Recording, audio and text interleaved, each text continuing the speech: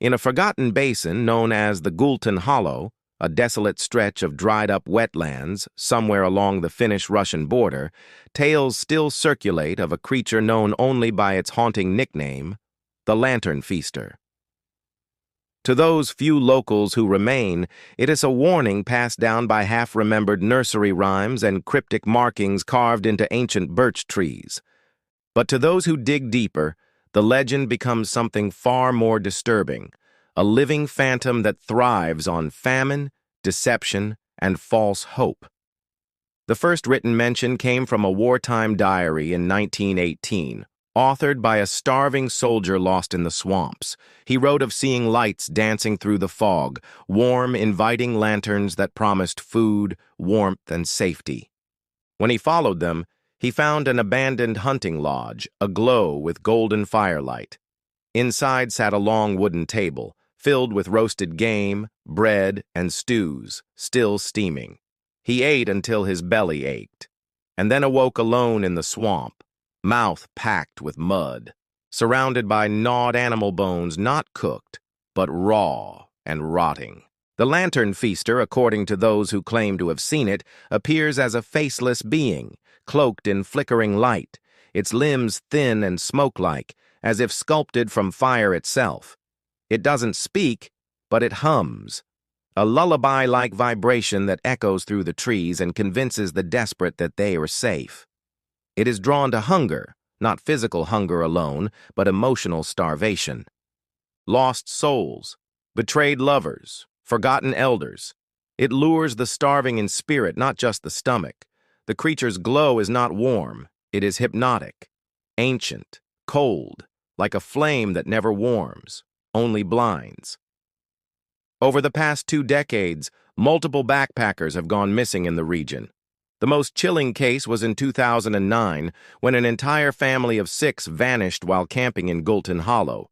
Their last known photo shows them gathered around a strange orange glow in the distance, mistaken at the time for a campfire. Authorities found only their tents, slashed from the inside, and dozens of footprints leading in a spiral, not toward civilization, but deeper into the frozen bog. No bodies were recovered.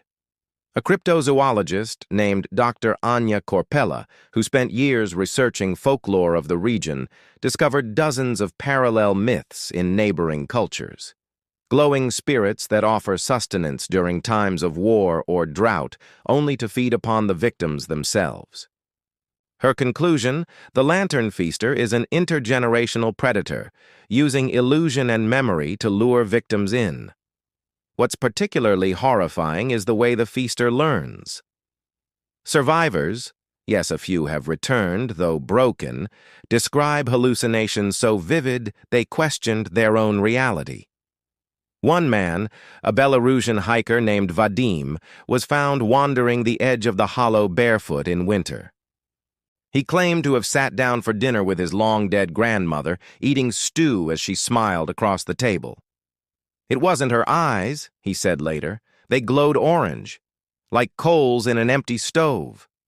Experts found plant matter in his stomach and fragments of candle wax. No actual food. The creature is said to keep trophies, but not of flesh, of memory. Victims report intense déjà vu, reliving key moments of shame, regret, or longing. The feaster plays these moments like theater, projecting them into glowing mirages of comfort. But as the victim draws closer, the scene decays. Faces melt, light flickers, and then comes the feeding, not with teeth, but with fire that passes through the soul.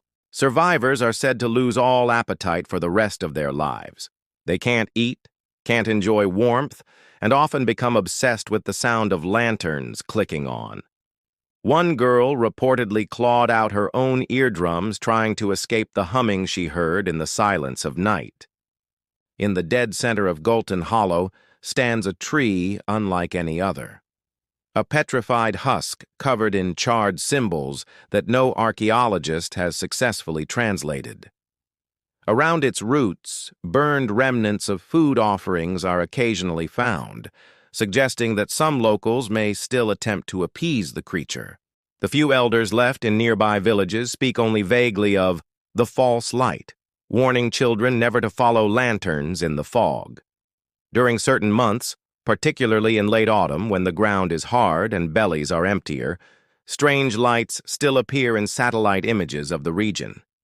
Yet there are no structures there, no electricity, no one who should be carrying lanterns at all.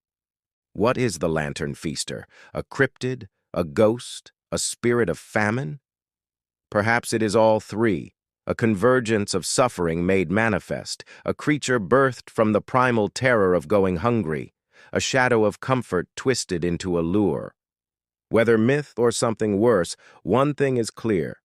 If you see a flickering light in the woods, and you feel your stomach growl, your heart ache, or your soul feel hollow, don't follow. No matter how warm the glow, the feast is never for you.